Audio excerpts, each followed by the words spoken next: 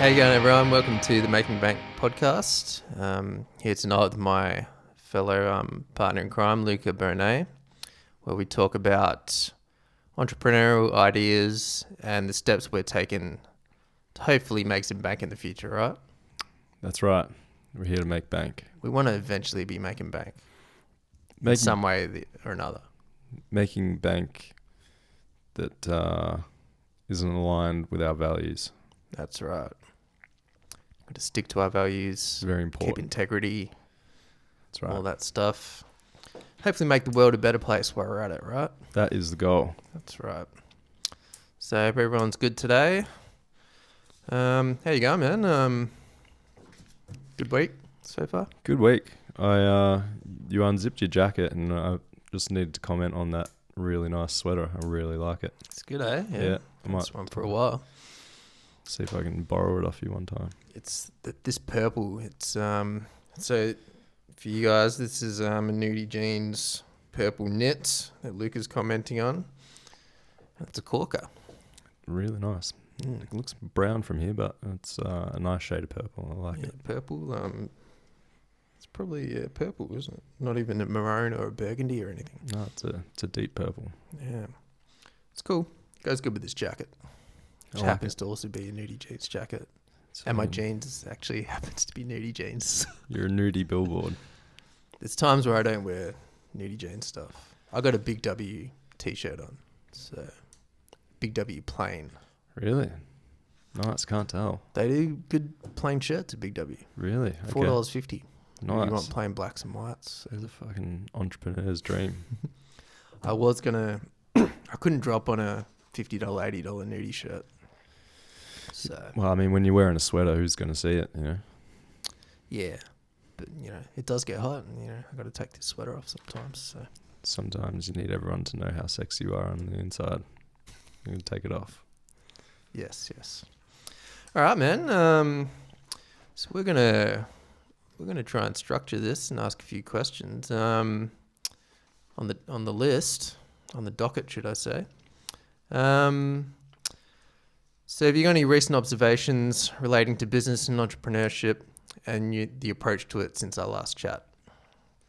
Yeah, so when you asked the question, I guess the first thing that popped into my head was, I think it's Alex Hormozy, a video that I saw of him, and it's talking about how to, if you want to provide knowledge or if you want to provide value to your fans, or not fans, but to listeners or people who are interested in your work, is, he talks about providing content for free. So all the knowledge that you have, give it away for free. And then if you were going to, the money's not made by giving the content, but it's actually by giving people assistance in what they're doing and how they're implementing things and providing feedback. That's where you'd have that sort of... And that kind of build up some trust as well, giving out as much free content as possible. And Yeah, and I guess it also, leads to having those conversations. A lot of people start with one-on-one consultations. People like Rich Cooper, he just says, he's doing a lot of one-on-one talks. And now he still does one-on-one, but his time, he says himself that it's quite expensive to book an hour with him, But he gives a lot of free content on YouTube, so... He does, yeah. That's the way he kind of builds some trust and helps people out along the way. It doesn't always have to be free, like people are making pretty good content and putting them in books and providing those books at quite low fees. So anyone can access them, or most people can access them and sort of build, start from somewhere or start somewhere and build up on their knowledge base. But and then you can offer something else that you might get paid for if people choose to pay you. It adds some value. So, and even Alex Hormozy talks about people offer him money for his time, but he simply just doesn't want to do it because there's other things that he wants to do. Or that he finds more valuable with his time. So by providing that free content, it gives people the opportunity to get their knowledge base and their experience to a certain level where you can start having the types of conversations that you're interested in having. Yeah. Okay. So rather than So he wants his people to get to a certain level before, I don't know to make more efficient use of time, maybe, or something like that. Yeah, I'm not sure if it's necessarily that he's doing it consciously. Maybe he is, maybe he isn't. But I think it's more, they tend to get a lot of basic questions that people could probably figure out for themselves by listening to their content. Yeah. Rather than asking simple questions that they, are just for them would be quite basic, but a new listener or someone who's just new to their ideas or the knowledge that they share, they might be the new person listening might just be asking very basic questions that they've already covered 100 times in any of their previous content, which you could easily just find on YouTube or Instagram or whatever. So I guess providing free content gives the opportunity for the listener to raise their knowledge to your level, and then you can start having more in-depth conversations or more valuable conversations. Yeah, absolutely. It's kind of like a filtering process as well, I guess. Like, so he knows that the people are going to be interested in what he can offer and everything, on the same level and everything. Yeah. Yeah. It's a good thing about YouTube, and more video sharing platforms in general. Yeah. I mean, if you make shoes for a living, you don't want to be having one-on-one chats with people and them asking you how to tie shoelaces.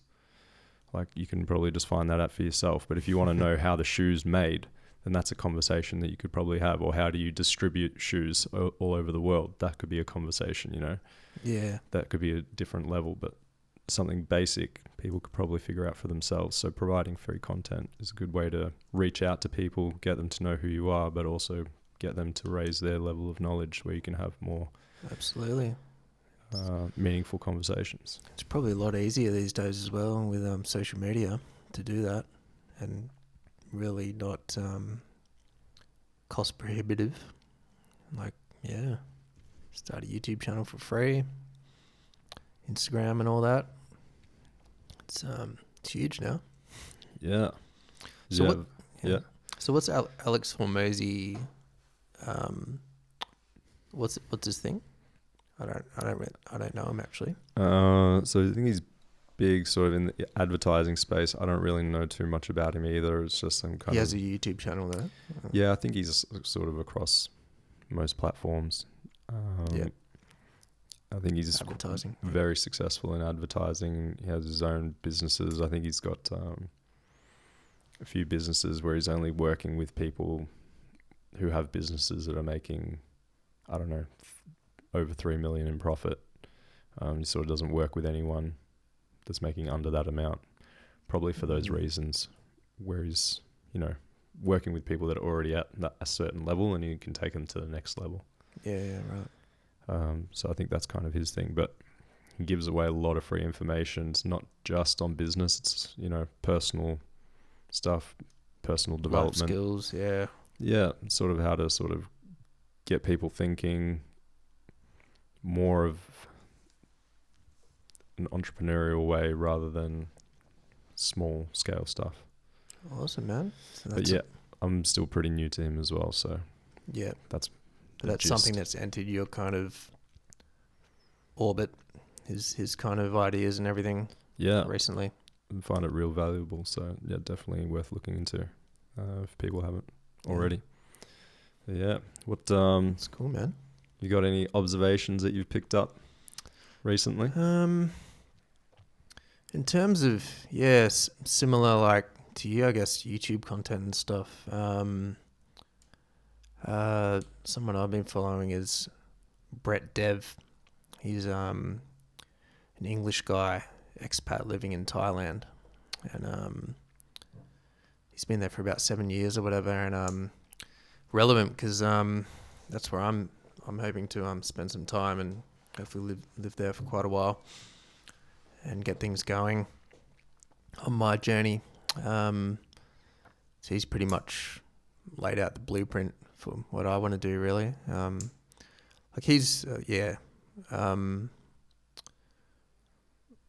what what he's doing is good for him. I want to kind of add something else as well. But he's doing like a very specific sales funnel, digital marketing sort of business, freelancing business, which is apparently in pretty high demand now. And it's pretty much just stacking out people's websites and structuring it. So you get that email sales funnel and everything. But yeah, I've been kind of like mostly aware of it, been kind of absorbing that sort of content recently. Lots of Thailand apartment videos and stuff. Business wise, like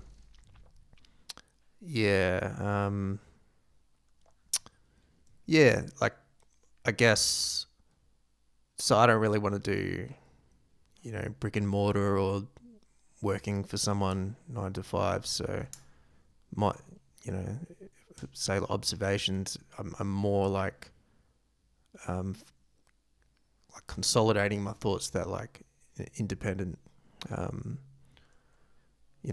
location independent lifestyle is the way to go. And so I just keep going hard down that path. And I also I've kind of opened myself up to an options trading course, which we can talk about in a bit as well. But so that's I learned about the stock market and everything, and went pretty hard into economics and macroeconomics and finance and everything. But stock trading is very different to options trading. So options, it's kind of a lot less risk. The way that this guy does it, Henry, his name is. It's Invest with Henry, his YouTube channel. So bought that course, and that could bring in a little bit of side income by getting into doing some trading, which I've been flirting with the idea of for a while. Besides traditional investments, because like stock trading's pretty high risk, so this is a different way to do it, which seems a lot better, a lot less. What's upfront money and risk, to my knowledge anyway. I'm a beginner, so. What does Henry have in terms of perspective that you liked, as opposed to other people out there who might be doing the same thing? Perspective. Well, I mean, what did you like about him that? Yeah. Basically, I found him through Caleb Jones. So Caleb Jones is he's a bit of a owns multiple businesses. He's got like a whole YouTube channel, courses and everything.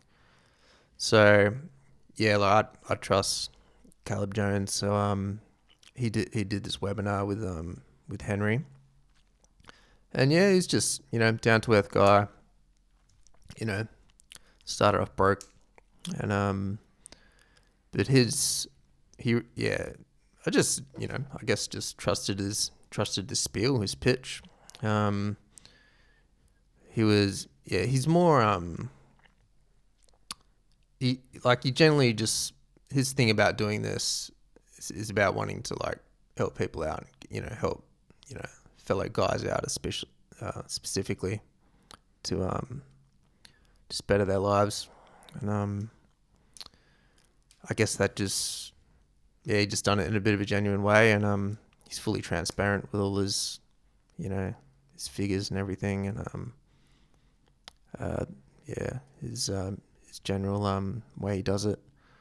Is it something that you can start? You said that he started from broke. So is this something that you would need to invest some money in to start, or can you start from broke as well? Yeah, you can pretty much start from broke. I mean broke like $2,000 or whatever. So not entirely broke. That's pretty broke these days. I mean, if you only have $2,000, you're pretty broke. It's rent's $1,500 a month in this place. Yeah, and that's like low end. Yeah. But it's like options are like I don't know heaps about it, but I generally know puts and calls and stuff. It's generally buying a contract or a security to purchase something at a certain price when the prices have changed and everything. I've heard I follow a lot of macro guys, and they seem to get onto that as a bit of a trading strategy. Yeah. Just the success rate and risk is higher, and the risk is a lot lower than trading stocks or whatever.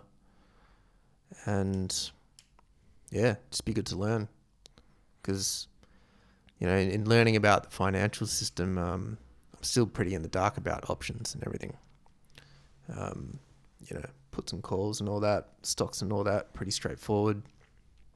And all the other aspects. So, yeah. I guess that ties in pretty nicely to the next question, which is, have you made any progress in the current courses you're a part of, or have you joined any new courses? Myself. So this one I've just talked about, and I got Brett Dev's course, which is digital marketing course. And I'm doing this just to just base myself location independent, work online hopefully. So the progress, I did last weekend. I work full time, so I smashed out quite a lot of Brett's course on Sunday. It's good. It was really good. I was trying to do Henry's course today, but I ended up working on this podcast in the morning. Took up a lot of time. We talked about how I can make that more efficient by using the old audio editing program I'm familiar with, which is Pro Tools, and not use Logic, which is doing my head in. So and I've never bought courses before. I've only bought a stock course like 2019, I think. It was just basic stocks course, which was good. That was the first course I ever bought. But now I'm just getting into it, kind of seeing more value in it, to be honest. This last course was a bit more expensive, the most expensive course I paid for, but nothing crazy.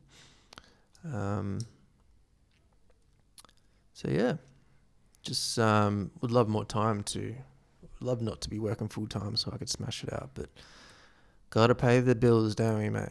That's it. Got to pay those bills. Well, that's that's good. I guess we were talking about, you were saying that you kind of felt a bit bad because you'd signed up for another course when you've already got one on the go. But it's like I'm cheating on the other course, cheating on old Brett. But they tie in, the more you learn, like when you go into any business or if you're doing anything in life, you're bringing all the knowledge and experience that you've got, that you've acquired over your lifetime. So if you do one course and you start another one, they might both interlink somewhere, or you can use one into the other. So, yep, it's just a time thing. Yeah, I'll smash it out. It'll be fun. But it'll work out. So, yeah, cool, man. How about yourself? Well, I'm sort of any new courses in progress? The opposite. I'm just buying courses left, right, and center.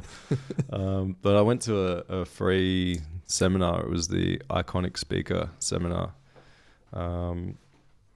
which was here in Melbourne, down at Crown Promenade on Wednesday. And that was... what was his name again? It was Ethan Donati and Sherry Eilertson. So I think she was voted most influential, most iconic speaker of 2022. Yeah, right. In the world. Heard of her. Yeah, okay. Yeah, and I guess that's kind of what they talk about. Ethan was talking about the fact that nobody knows him, nobody knows anything about him. But he organised I first heard about him because he organised the David Goggins event here in Melbourne, I think in Australia. So brought David Goggins down to Australia, and yeah, he was talking about the fact that how nobody knows who he is, and yet he's organised these events. I think he said he is organising the Gary Vaynerchuk coming to Australia. But yeah, it doesn't really matter. Like he just talks about, you don't really need a social social presence, or social clout or anything like that to be able to make an income, and being able to be a speaker and talk about things and share knowledge and make a very decent income and from doing that. So talk about being a platform speaker and a keynote speaker. Platform speaker, I guess the goal is that the idea is to sell something like a service or a product or whatever it may be. And a keynote speaker is someone who's invited to speak on a panel or a seminar and share knowledge. So yeah, it's pretty interesting. So they've got a 3-day iconic speaker seminar that's happening in Brisbane, Sydney, and Melbourne. Yep. So I signed up for that. I'll probably try and get to go to the Sydney one because that's in May. If I wait for the Melbourne one, it's in September. So it'd be good to get that knowledge sooner rather than later, so I can try and implement it. Absolutely, do a sneaky trip up to Sydney and maybe enjoy yourself. Yeah, and it's great because you can bring someone along with you, like a +1. So it's that's a good deal. You turn me down, which is fine. Yeah, unfortunately, I got to do my courses, man. Yeah, no hard feelings. Got to focus on a few things at a time. Yeah, that's okay. Well, thanks for the offer. Got someone else in mind, so let's see what they have to say. Yeah. If they're interested. But yeah, that's a new course, and then I'm just doing all the other ones that I've been doing. I did sign up for. I was doing another one which was more related to the horse riding stuff that I've been doing. Right. It's one called. Actually, I don't know the lady's name, but it's called Featherlight Horsemanship. Yeah, cool. I don't think you've talked to me about that one. No, I haven't. It's Nice. I suppose been doing my horse riding stuff with Dan Chipperfield down at Mosquito Creek Ranch. Yep, you've been doing lessons for a while, in yeah? Lock. 6 months or something, yeah? Yeah, for a little while now, and I don't always get the opportunity to go down and see him. Sort of an hour and a half, hour and a half there, hour and a half back. So, and he's a busy guy as well, doing his thing. So sometimes it's a bit hard to coordinate, but found that the online course that I'm doing is really good because it ties in with what I want to do, which is. So it's all online, the horsemanship? Yeah, the Featherlight Horsemanship's online, and it just means that I can learn stuff when I'm at home. And then I can take that and sort of, share that with Dan. And instead of potentially wasting time on, while you're there talking about, theoretical stuff or whatever. Yeah. Well, I mean, he'll have his own way of teaching, but it sort of allows me to continue on rather than having that staggered gap. And then having to restart from scratch every time I go see him is something I can sort of work on in the meantime, which is really good. Yep. And there's all, videos and stuff in there, which is really good. So sounds interesting. Yeah, it sounds like a fun one. It is. It's fascinating because it's a lot about communicating. With all these courses that I'm doing, it's you get the skill, and then you get sort of the life lessons that come with it, which is really what I'm loving about all these things, sailing, horse riding, archery, business, everything, sales, it's all psychology, it's practical skills, it's life lessons, learnings, it's it's really good. But yeah, I guess with the horse, the horse riding stuff, it's a lot about intention. So having intention with things that you want to do, directing the horse. Where do you want it to go? What do you want it to do? It obviously doesn't understand what you want if you're teaching a horse that hasn't been taught anything, teaching it how to follow your lead, teaching it how to walk around in a circle, then how to run in a circle, then to change direction, then to, do all these different things that it doesn't know how to do. And you're watching it. Like, the videos are great because you're watching this horse try and understand what this lady is trying to get it to do. Yeah.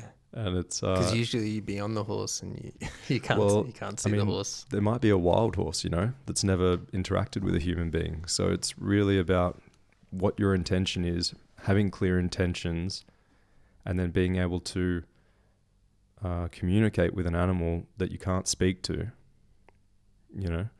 So how do you let it know when it's not doing what you want, right? So how do you know that? And it's about teaching the horse that it's okay to try and figure things out for itself. But when it's not doing what you want, it's also about communicating that, I know we don't want to go here, in a way that isn't telling the horse that it's wrong, but just redirecting it. And it's a fascinating thing because, then it shows how much... Delicate balance, it sounds like, yeah. Well, it just shows that how much you can use body language to communicate things with people, because then you can use that in business. And it's how are you presenting yourself if you have to deal with a staff member, or if you have to deal with a client, or if you have to deal with friends or family. What is your body language saying as opposed to what you're saying verbally? Yeah, so it translates into other aspects of your life. Yeah. Absolutely, yeah. It's fascinating. That sounds like a fun one, man. Like, I'd love to learn to ride a horse one day. I'll put it on the list. You're doing it, man. You're making it happen. Yeah, and I think it ties in with that book I can't remember the title of the book. It's Money in Nature. I can't remember. The Natural Order of Money by Roy Seabag. Yeah. I haven't read it, but I understand some of the premises in it. There was a good interview with him and Jordan Peterson, actually, talking about that book. So I watched that. But it was how money's tied to nature, right? Or what was the... Yeah, pretty much. At the end of the day, how money comes back to a natural order through exchange, commodities and everything. Generally. I can't remember exactly the other aspects of it, but I mean, yeah. But yeah, all these things, riding horses involves nature, and I guess they've always been a part of our history for a lot of, Yeah, I mean, time than you could do direct exchange, trade some horseshoes, trade some horses for some, some bullets, some some feed, some goat milk. Yeah, that's that's money, really. I guess it's anything can be used as money. It just needs to have intrinsic value. Cigarettes, yeah. Otherwise, it's a currency, like your $50 pineapple in your pocket. Yeah. Have a good pineapple. Sweet, man. Any other courses you're currently doing? Courses I'm currently doing. There's the Aaron Tansoni course, the Deal Mastery that's course. Still ongoing. Yeah, they're all ongoing. Yeah, right. Sailing, haven't been sailing for a while. So it would be good to get back into that. Yeah, you still have lessons with that, isn't it? Yeah. Been doing a bit of dancing. Yeah. And trying to keep improving with my blue suede shoes. Actually, I need to get some blue suede shoes. Yep. It's not really a course, is it? But it's well, the beauty of all of these things, all of my instructors have said the same thing. It's a lifelong apprenticeship. So whether it's business, horse riding, sailing, anything, you're always learning, which is great, because as long as you don't give up, you can make progress. That's it. I guess, that they're hot, like dancing might be seen as a hobby, but, it could turn into some business in the future, could tie into something. So, yeah, well, there's plenty of concerts and celebrities, music videos, all kinds of things. that involve dance, health. People do it for health reasons, and it's cool, man. social. It's cool to see you getting into these things. You're Got to explore them. you're finding your niche, finding your passions, hopefully. Yeah. And then health stuff, like working with Ellie, natural doctor, is pretty interesting. Like philosophy, religion, health, science, medicine. It's all all pretty interesting stuff as well. She takes like a kind of a holistic approach. He does, yeah. Yeah, I think it's lifestyle and everything, and I think it's philosophy. Yeah, just talking about. I mean, today we talked about emotional intelligence. I mean, we do most sessions, but making sure that you're able to control your emotions, and if you can control them, you pretty much control your environment. Yep. And cool. Then so he's getting into that. Yeah. So it's not just what you're putting in your body. Well, no, it's not just what you're putting in your body, but it's also how that affects your mind. Yep. Yeah, it's the thoughts as well that you feed your mind. What does he advertise himself as? Like naturopath? Not a naturopath, Holistic just counselor or natural something? doctor. Natural doctor. Yeah. Cool. Yeah. I love it. It's fascinating stuff. Good stuff, man. So you're coursed up and you're very busy, hey? Coursed up. But yeah, the last couple of weeks have just kind of like shut down. I've been just like in this sort of restful state, doing the spinal energetic stuff. Oh yeah. It's not so much a course, but still learning a lot. You give a brief description of that to everyone? If we want to get into it, Just your 30-second sales pitch. Of what it is, not like the personal bit of it. But what it is. Yeah. I mean, I don't even know how to describe it. It's I guess it's involves breath work. The practitioner, it's usually laying down. When in the physical sessions, I think Pat's I'm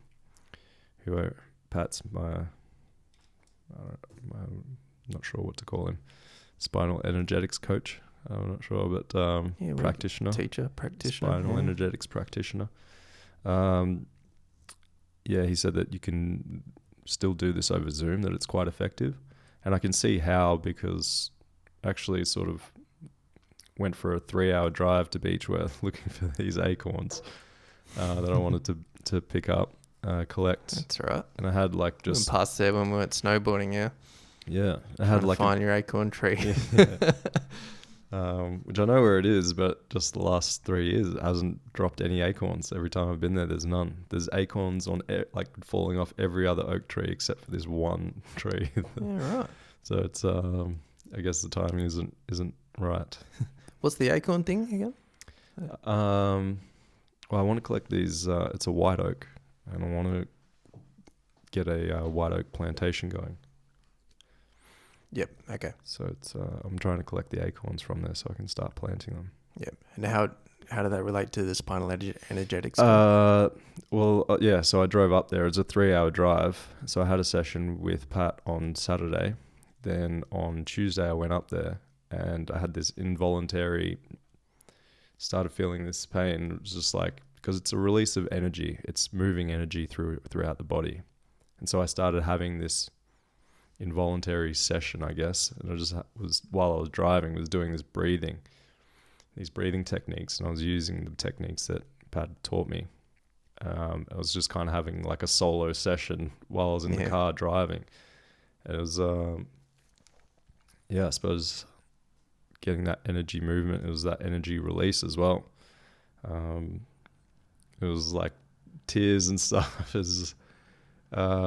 Because it's like I've experienced sort of laughter, tears, but it's not necessarily that you're like crying. So how do you do it yourself? The exercises? Well, like I said, it was involuntary. So it was just kind of like, just felt the need to start this breathing exercise. Yeah. So I just started bringing it in. Obviously, the body needed to move some energy. And so I was just like, okay, I need to do this. So I just started breathing and doing the exercise, and it just started moving. It's just, it's pretty fascinating when you got the energy flowing. Yeah, when you sort of see it, crying or laughing as more of an energy moving through the body rather than the actual laughter from joy or crying from sadness. It's more the actual physical movement where you can start to feel this energy moving through your body. Yeah. And it doesn't just move. It's not just crying or just laughing. Sometimes you feel like when I'm laying down, you feel this energy moving into your fingers and your fingers start twitching, or your leg starts like kicking up, or your body lifts up. It's like very, very, very strange to feel it. Yep. So you're kind of just,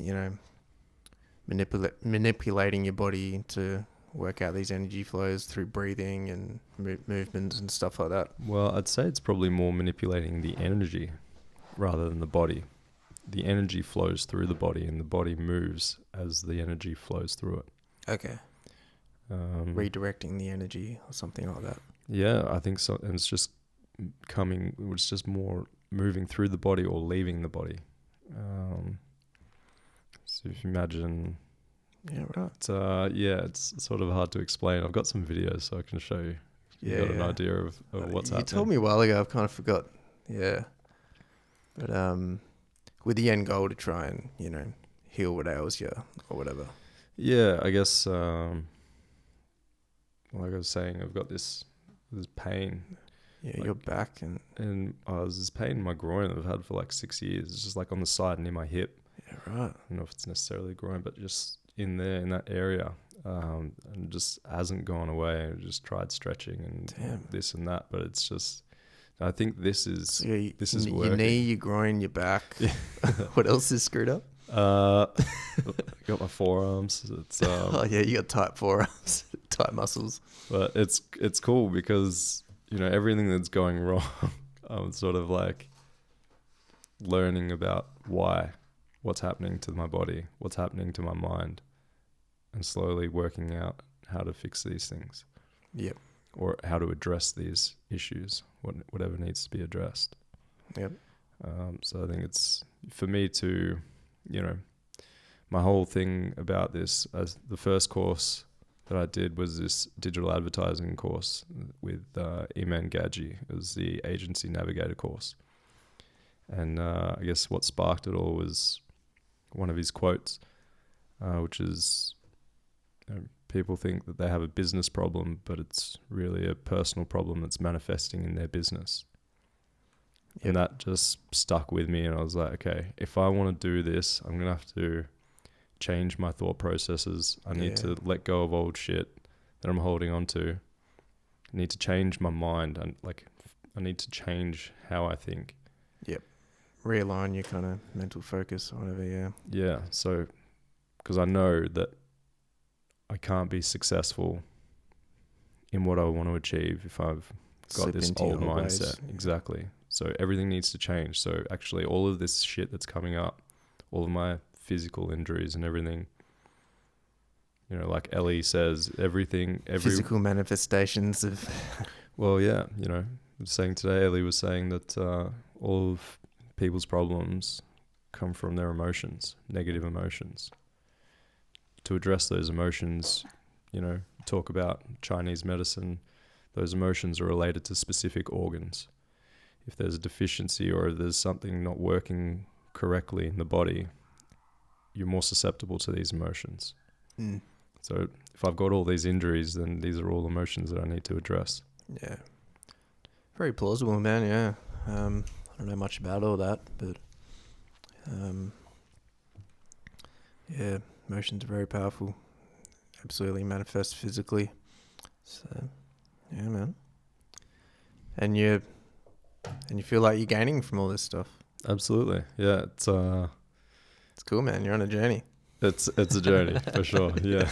I like the stories anyway. Yeah. Sweet, man. So there are any new skill sets you wish to learn relating to life or business? They could be interrelated. Yeah, well, I guess we've covered a fair few of them. What we talked about.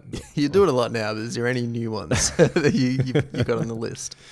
Well, I guess I've signed up for the 3-day iconic speaker event, and I've also signed up for so that'll be public speaking as a skill, and or like learning to create a business where speaking is part of it, or adding that to an existing business. Or something like I think it's about for me it'll be about grouping what they're going to help me with is figure out what I know and then how I can create a business where I can provide a service using the information that I know or the knowledge that I have. Yep.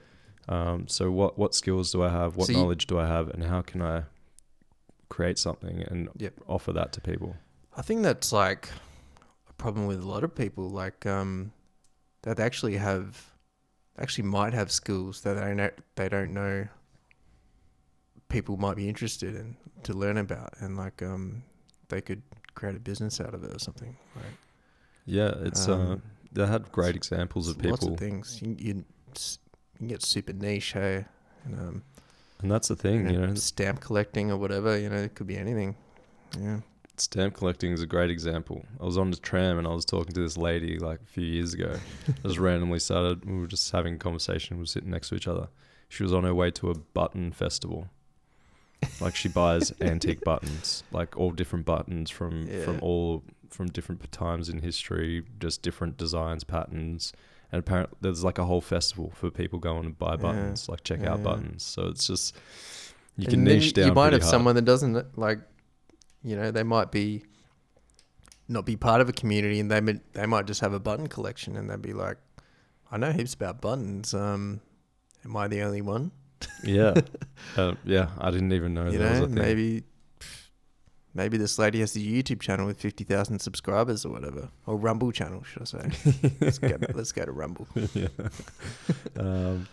It's fascinating. Like, there's so much going on in the world, and so many people, people have like secret interests, like stuff that they like a guilty interest or something, or just something that they just keep to themselves. Yeah. But they, even they might keep it to themselves, but they still might be interested in learning about it. So, So what's one of those secret interests that that I have? No, you don't have to say. I was just kind of joking, but can if you want. Shibari, I had a one-on-one Shibari session on the weekend with Micah. Yeah, I guess You feel like it's a secret thing? I feel like everyone's like tying people up and I mean, it's not a secret. I tell everyone about it, so it's not like a secret. But that's something you might feel. That kind of what's the word? I can't find the word.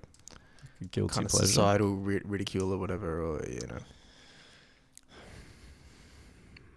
I don't know.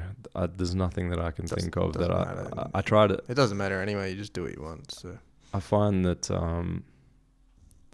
for me, if I keep secrets, that if I feel like I'm hiding something, then that eats away at me because I feel like people know. Yeah.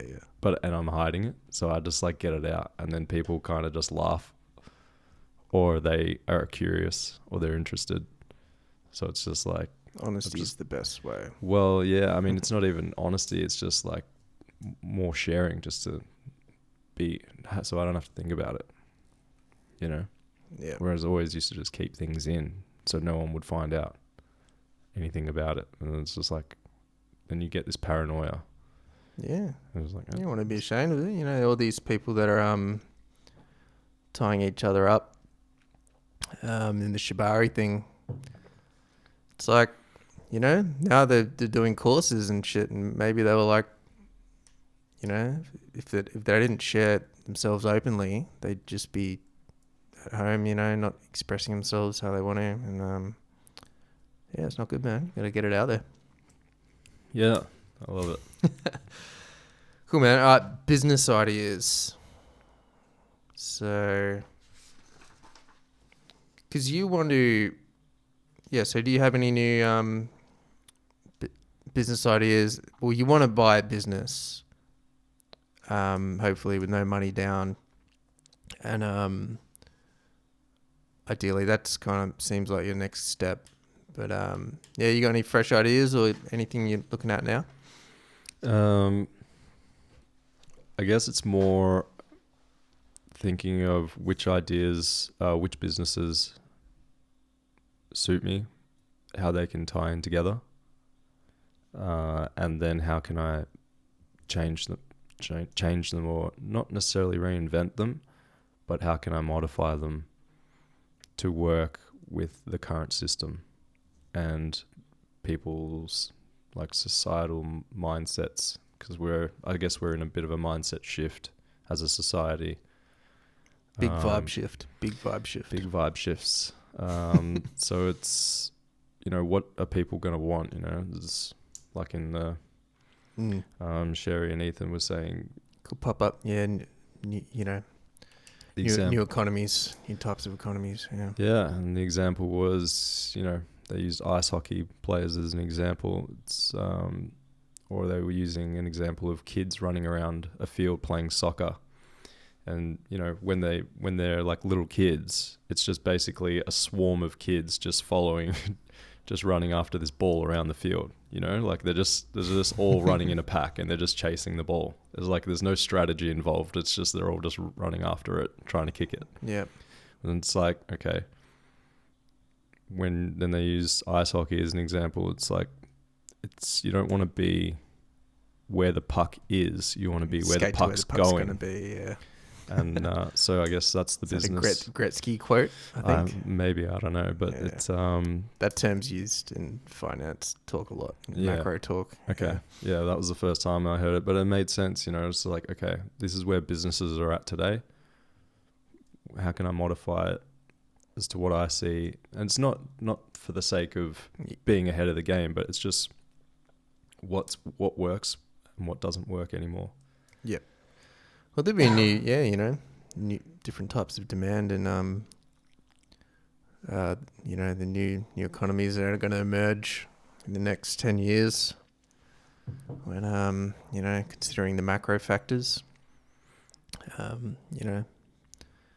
debt problems and everything. So it's a good time to like really think about what you want to jump into, I guess. And opportunities could emerge, especially with possible big recession. Could get stuff on pennies on the dollar, buying businesses.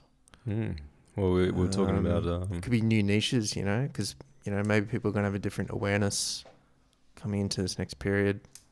Maybe more skeptical of say banks for one thing. A few have gone down already in US, but things could probable. Yeah, well, that's we're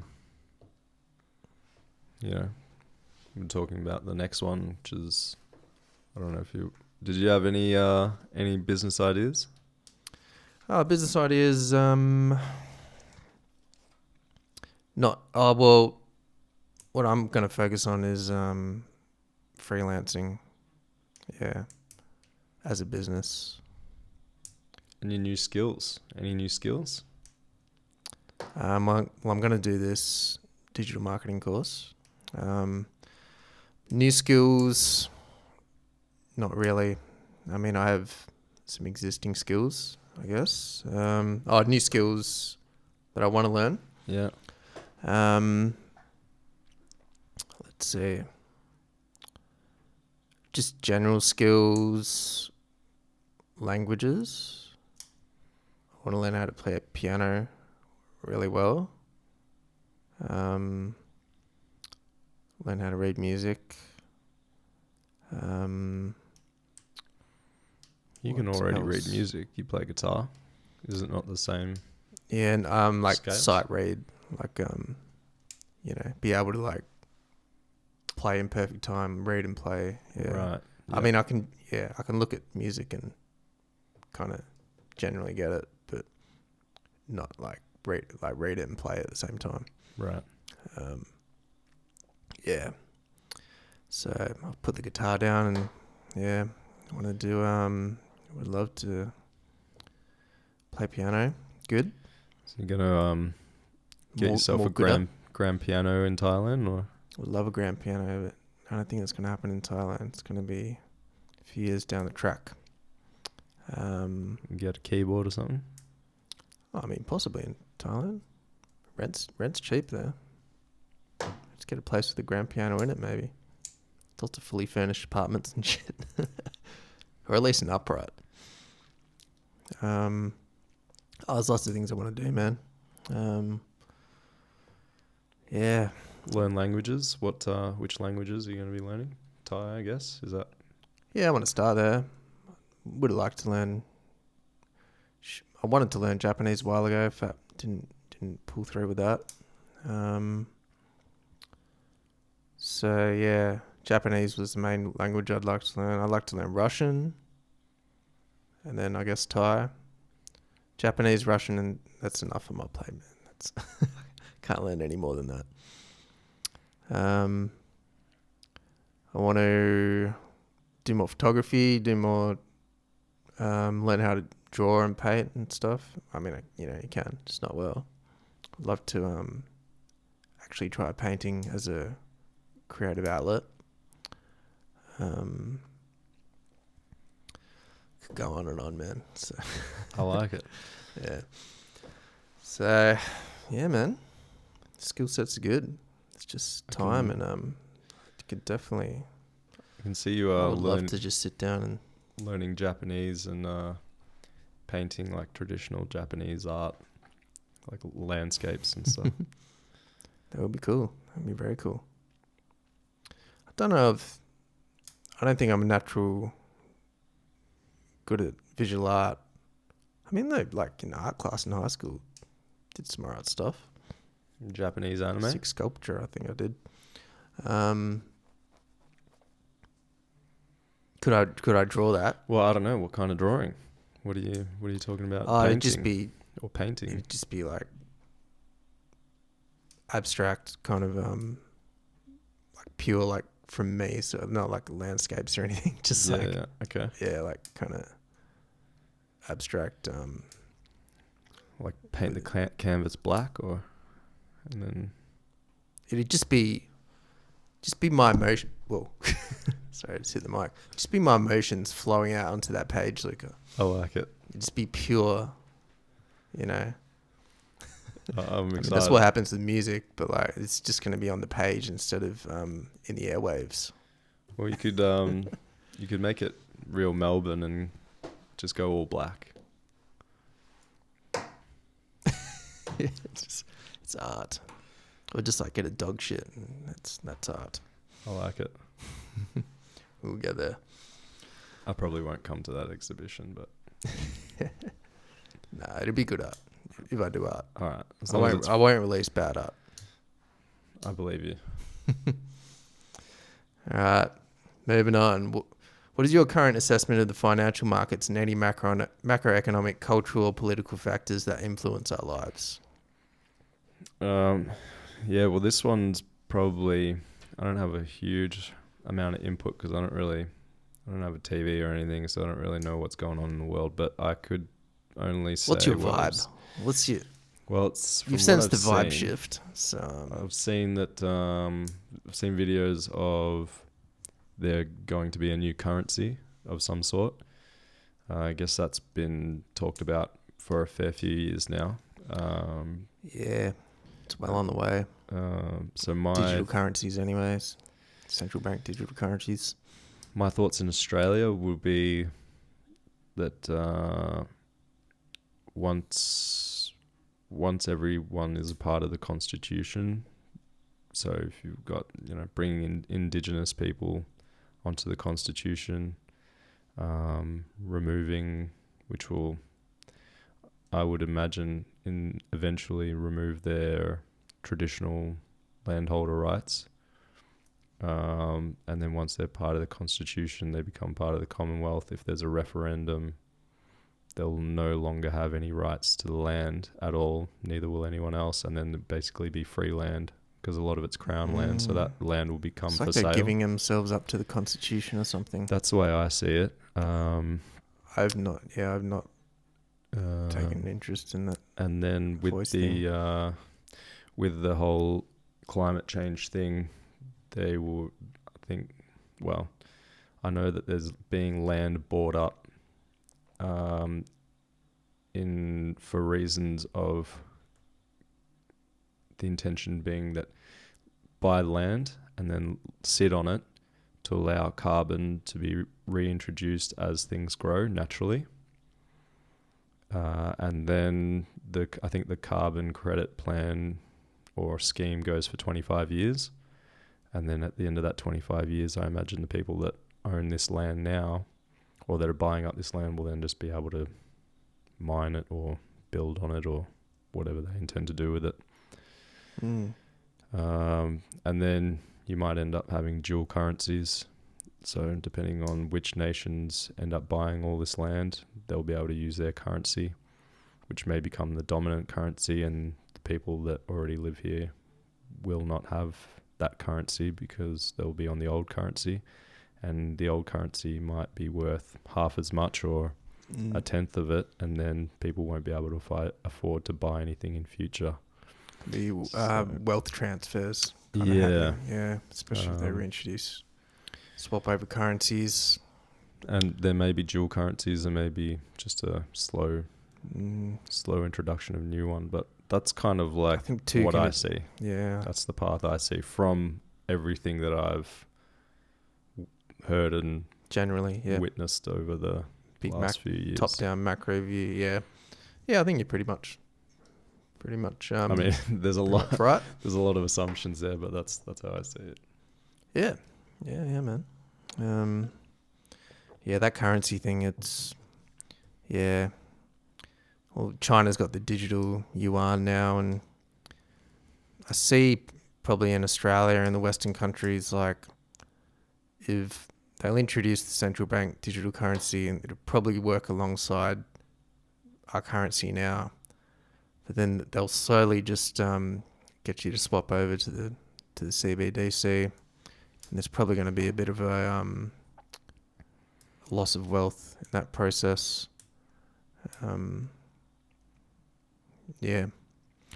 So I guess that means, like, business wise, what does that mean business wise? Try and, hard assets. Personally, it's like, property, precious metals, land. But yeah, I don't know. How would you think of a business adapting in that environment? I mean, you'd still have your business. You just swap over to the new currency, right? Or like, it's whatever they force you to pay in taxes, you're gonna have to use. Otherwise, they'll put you in jail. So if they force you to pay taxes in CBDC,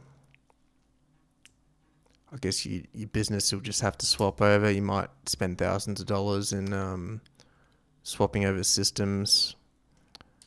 I would say that once it's introduced,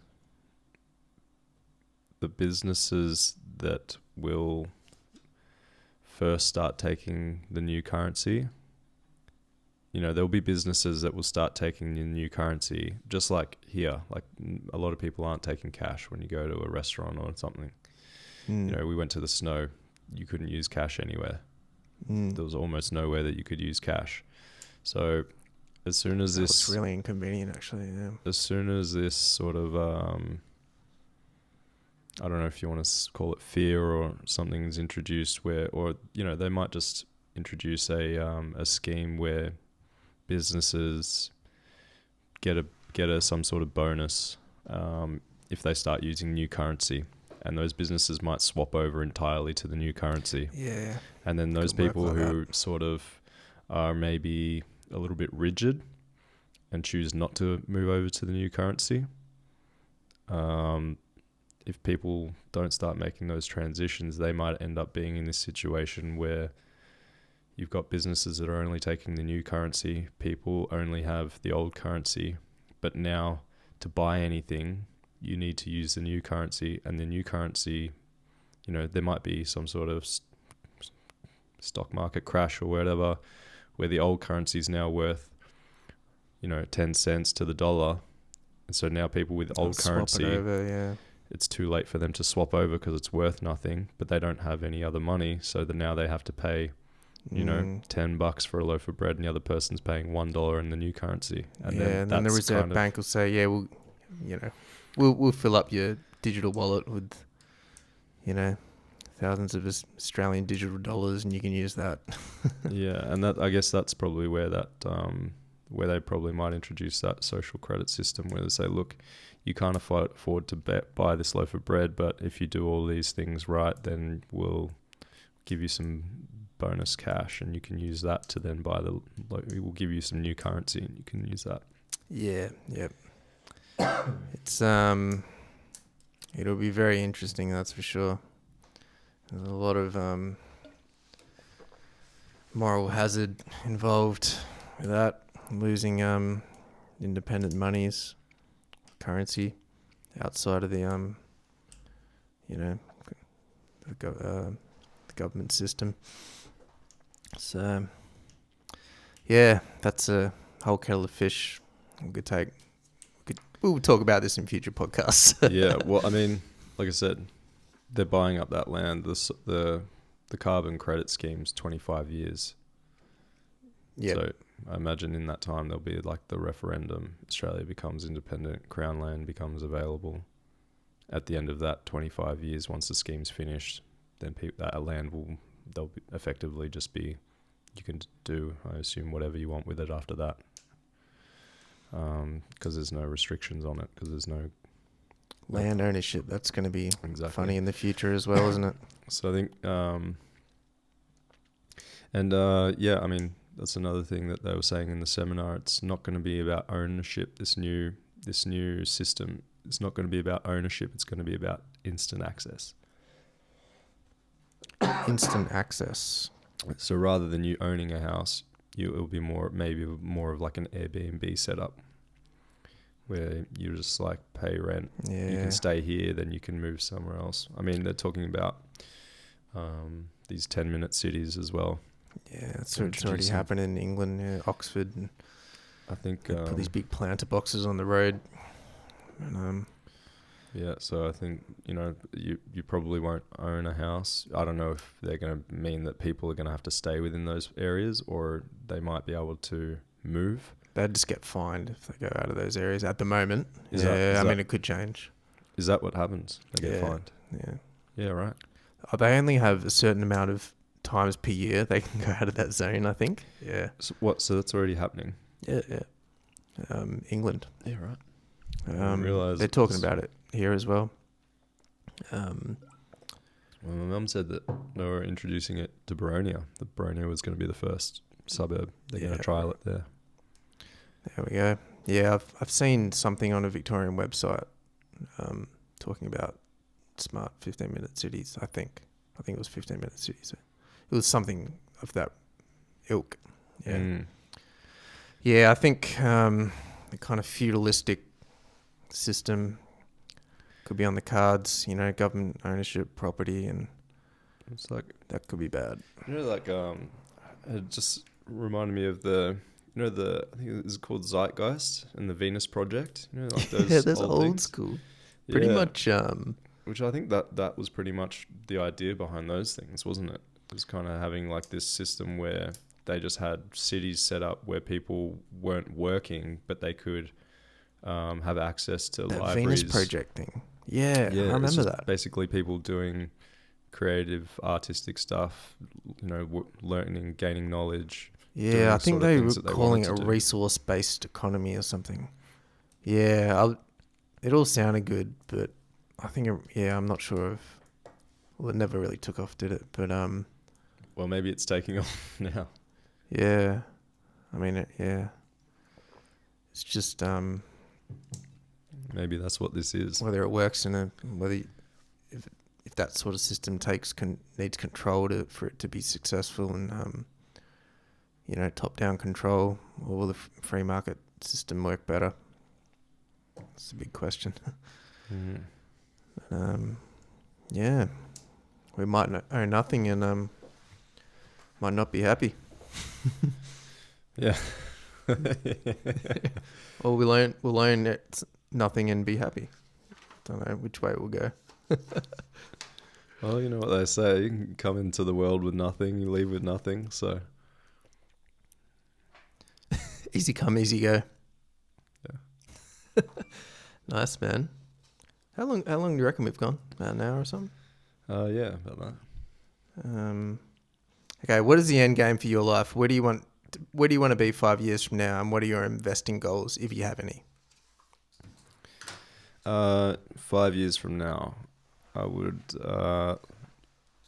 like to have these ideas that I have are in play.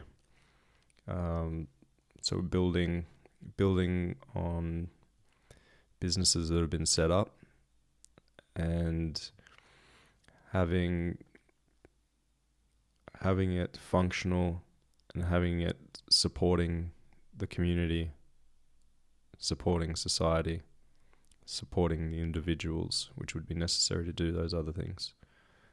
And I guess creating fulfillment. And hopefully all of those things create a profitable business. And then being able to take that internationally.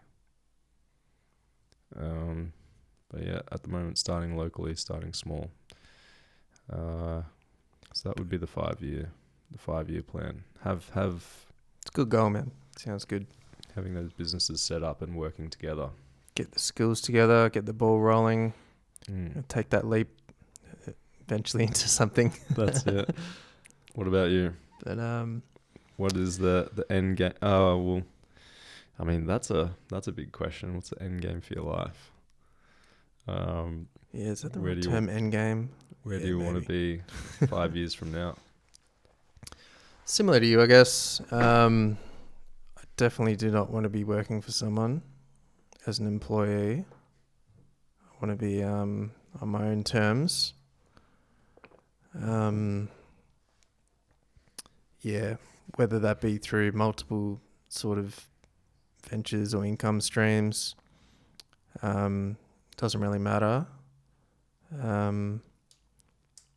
Just want to start that income rolling, and then then kind of from there branch out into other things I'm possibly more passionate about or interested in, and yeah, keep learning about economics and finance, investing and everything. Yeah, so on that path and not working for someone, hopefully, traveling more. Hopefully I can get to a point in my life where I can really be creative again, make some art, some music and stuff. Kind of be more free to do that than what it was in the past, hopefully. Hopefully have a studio one day. You never know, like a proper studio. So, yeah, that's my goals. It's going to be interesting in the next 5 years. It's going to be lots of changes, I think. So I want to be on, top of all that. I think I've laid a good foundation. So I just got to get out of what I geographically don't want to be right now and just start moving forward. So yeah. I like it. You did say not working for someone twice, so I think you really I really don't want to work for someone, man. I've been like that since I was 18. So I like it. But, 20 years of suffering. But it's given you the opportunity to be here today. doing this. So Still alive. Yeah, I think being artistic and creative is a big thing for you. It is for me as well, but I know you sort of lost the inspiration over the last couple of years, so for you to get that back would be good to see. Yeah, I mean, the inspiration is kind of just been put away for a bit. Yeah. It's always there. It's a sleeping giant. Dormant. I like it. Awesome, man. What do you want to achieve in the next week? In the next week, so I've had the last few weeks off, so all the courses and stuff that I've been doing sort of took a break over the Easter break. Just took time to settle down, try and get in touch with what I need to do. And so yeah, starting tomorrow, be back at it, tomorrow morning. Back at work this week. Back at the gym. Gym and then work. Gym and work, then dancing. So just pick up where I left off, just get the ball rolling, get things back in motion. Make sure that I meet all of the targets that I set myself in terms of what I need to get done. And just sort of start building that momentum again. Nice, man. Hope we have time to do the washing and that as well, yeah? Washing's already been done, mate. I got to do it Ahead after of the this, game. to be honest. Fresh sheets are on the bed. Because I hang my clothes on these microphone stands that we're talking into right now. So that's why I put off the washing, funnily enough. Shern's going to get maybe I'll have enough money to have clothes hangers one day. Well, rack. I brought you one today, so you've got your one up. I mean that was for another reason, but yeah, I got to unclog the bathroom sink. Yeah, well, I'm similar, man. Just getting into next week. Try and maintain some energy after work to do some stuff. Be productive. Get into these courses a bit, hopefully, but it's hard. It's hard after work. I've got to really be disciplined. So yeah, cool, man. Any questions you'd like to pose to the audience for any feedback? Yeah, I mean, this is an interesting one because I don't know if we we have any audience members, but if there is anyone out there listening to this, I guess it would be what brought you here? Why are you listening? If you're still listening, why are you still listening? It just not don't mean like in a genuine way. Like, what is it that sparked your interest? Was there something that you liked or you don't like that we said? And if you're still listening, you're probably a like-minded person. Yeah, and possibly on the same path. Yeah, and if you want to hear more, let us know. That's it. Yeah, drop a comment. What about you? Any questions? We'll get this out on the video sharing platforms, so you can comment on that. Questions. Just let us know if you're in similar position, and if you have if we're doing anything wrong, or give us some advice. Some feedback and advice. Can you hear us? Yeah. Just say hi. If you can hear us. But are we doing the right things? Are we, I mean, we have jobs. That's a good, But to take this next step, are we doing the right things? And if you have, feedback on any ideas about different courses that you'd like to recommend or that you've had success in, because that's what's cool about this whole digital age as well. Like, these courses are good value for money, I think. When considering university, I paid like $3,600 for a semester of university, and it's like, yeah, I don't know if it was worth $3,600 to be honest, to get people to pretty much mark assignments.